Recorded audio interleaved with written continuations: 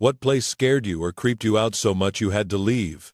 Mine was when I was in college in Maine. It was my first year of college. It was Sandy Point, Maine, a tiny town close to Bucksport, Maine. I used to go visit my parents on the weekends because I stayed in the dorms at school. As a reference to where the house was, there was this creepy little motel on a hill on the other side of the road. You had to make a sharp right onto their road and then another sharp right into their driveway. The house was really old. It was colored yellow and had apple trees in the yard. First of all, let me say that Sandy Point was one of the creepiest towns I have ever been in. The feel was way off. It did not matter if it was day or night, you never saw anyone. I used to go for walks at different times of the day, and I never ever saw anyone. I always found that odd. Now, about the house. You come up steps into the house, and you immediately enter the dining room. All the floors were very old wood floors. Straight ahead was the kitchen. To the right were the stairs going upstairs, and the living room, which was always freezing cold, was also to the right. The door to the dirt floor basement was in the kitchen. My mother and I never liked going into the basement. It felt way off. It felt like someone was watching you the whole time. I personally never liked the living room. It did not feel right. The only person who seemed okay with it was my father.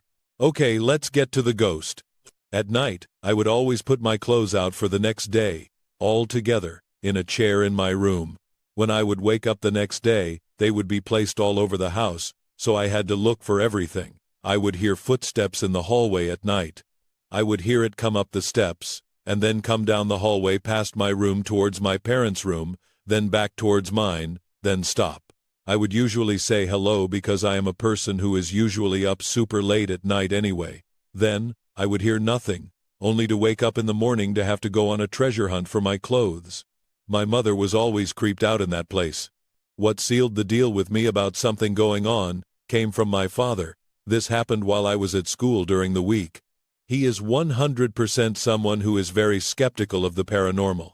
He told me he stayed home one day because he was not feeling well. He had stayed in bed and woke to someone coming up the stairs outside. He heard the door open and someone walk in. Thinking it was my mother home from work, he called out. Nothing. He heard footsteps in the dining room. At this point, he was out of bed. He called my mother's name again. Nothing. Just as he came to the top of the stairs, he saw a man walk into the living room. My father is someone who does not mess around with anything like someone breaking and entering, so he got his gun from their bedroom and proceeded down the stairs, telling whoever was in there they had better leave or be shot. No one answered, so he did a sweep of the whole house. He looked everywhere. All the rooms, the basement, outside, everything. There was just no one there. The man he only saw in overalls and boots. He only saw the man's back as he entered the living room.